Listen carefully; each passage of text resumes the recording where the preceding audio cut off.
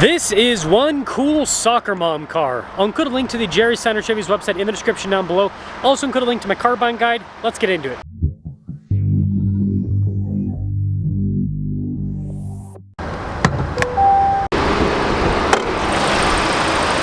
Powering this is a turbo 2.5 liter 4-cylinder that goes through an 8-speed. Fuel economy is 20 around town, 24 on the highway, with power outputs being 328 horsepower and then 326 pound-feet of torque. I'm trying to hit 500,000 subscribers before the end of the year. I'd really appreciate it if you'd help out with that.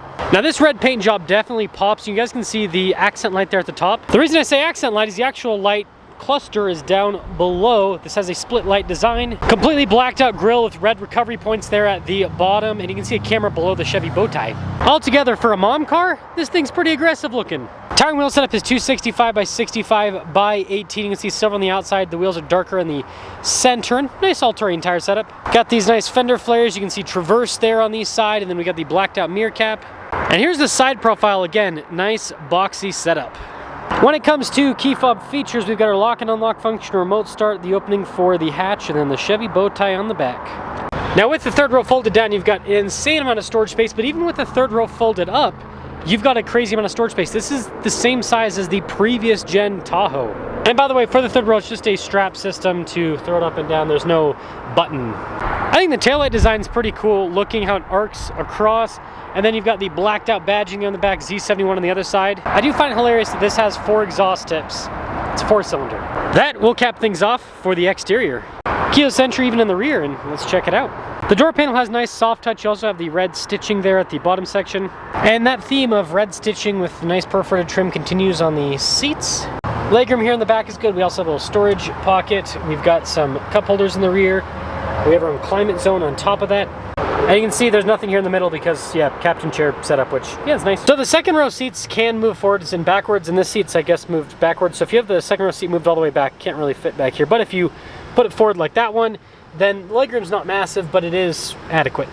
Keyless entry for up front, and let's check it out. Blind spot monitoring with the mirrors. You've got nice red trim there on the door panel and more red stitching. Z71 on the front headrest, and again perforated all down the center. The driver's seat's power adjustable with lumbar support. The passenger seat's manual with the adjustment. To the left of the steering wheel, you have your auto stop start function, your all-wheel drive select, and then your drive mode select. And let's fire it up. Chevy bow tie front and center. This also comes with Super Cruise. On the front face, we got practical controls for the center stack heated steering wheel control, paddle shifters on the back, and radio controls, and then your Super Cruise on the other side. This is also equipped with a column shifter, and then we have a full digital gauge cluster. It's customizable in the sense of you can change to different tabs. So depending on the information that you want displayed or how complicated you want the information to be displayed, well, you've got that choice. 360 camera system, good resolution with the camera too. And then as for the rest of the screen, it does respond quickly. Controls like the light controls are built into the screen. It does have Apple CarPlay and Android Auto, and then there are climate controls built in at the bottom, and this just has heated seats, but it's got the tri-zone climate. There's more soft touch on the dash, more of that red trim, and then we do have some physical climate controls just for the temperature and the fans. Phone charging pad, and then we've got some cup holders, and we have this little kind of storage cubby. Piano black trim. Ugh. Anyway, center console's got good storage, and nice trim on the top. And I think this has, yeah, camera rear view mirror. 2026 Z71, 56,450. Let's see how this performs. Let's set off in the Traverse Z71. The ultimate soccer mom car, the soccer mom final boss, whatever you want to call it. So, we'll have to do a little loop-de-loop here, I guess.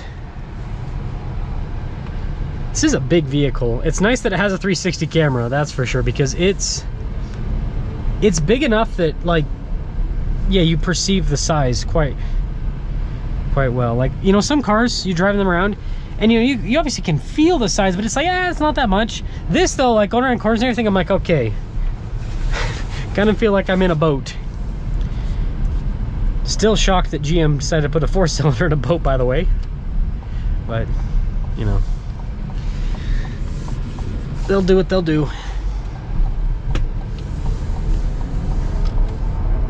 Now the 4-cylinder itself is not bad. I would never call this fast. I'd never call it powerful. I'd say it's adequate at best. It does have pretty good low end torque. Gear shifts are smooth. Doesn't sound good. And the power delivery, although it's good, you know, a naturally aspirated engine is going to have a smoother power delivery and more immediate response overall. Yeah, a little bit of lag there and then it gets in. But I will say this doesn't feel boosty too much, like too peaky. And what I mean by that is some, especially like most turbo 4-cylinders, it's like nothing and then it hits and it's kind of like, ooh, jarring. This does have a little bit of lag, but then once you get in, it's this continuous smooth wave of torque, which works well for a family SUV like this, I think.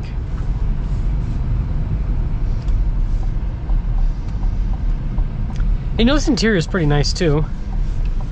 A lot of the surfaces are would be pretty easy to clean. There is some perforations throughout, obviously, that makes things a little bit more complicated.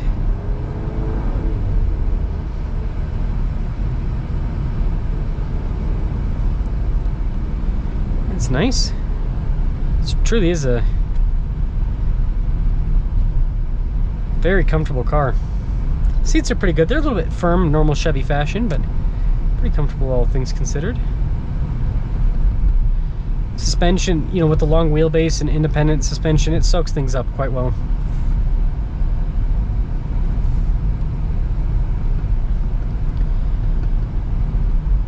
In conclusion, the Traverse Z71, it's a soft roader at best. I think that Chevy definitely needs to work on their off-roaders in terms of actual off-road capability. They're literally the all show and no go when it comes to off-roaders with the Z71s. Most of their Z71s, I suppose I should say. Like, I took an Equinox, that was an active, so not technically a Z71, but I took one of those off-road and it was not a real off-roader. It had some all-terrain tires, but like, it couldn't even make it up a dirt hill. And my assumption is this, having a similar all-wheel drive system, probably going to be the same situation. So like, you can go down dirt roads, but like too steep of an incline, good luck to you. Definitely not for rock crawling, mostly for looks. But yeah, this is a cool looking, spacious family SUV. I think some people will be disappointed by the powertrain. The performance is adequate. You know, I wish that automakers would consider, you know, beefing up powertrains like they used to back in the day. I mean, it was, we're getting more power, more of this, more of that, and now it's like, it feels like every single new car has like a concession with the new powertrain. It used to be, the new powertrain's more fuel efficient and it has more power, and now it's like the new powertrain is not really more fuel efficient, sometimes less fuel efficient, and it's kind of less powerful. Or maybe it's a little bit more powerful, but it's turbocharged now, a smaller engine, and, you know, it just doesn't feel like you're getting more and you're paying more. I don't know. Let me know your thoughts.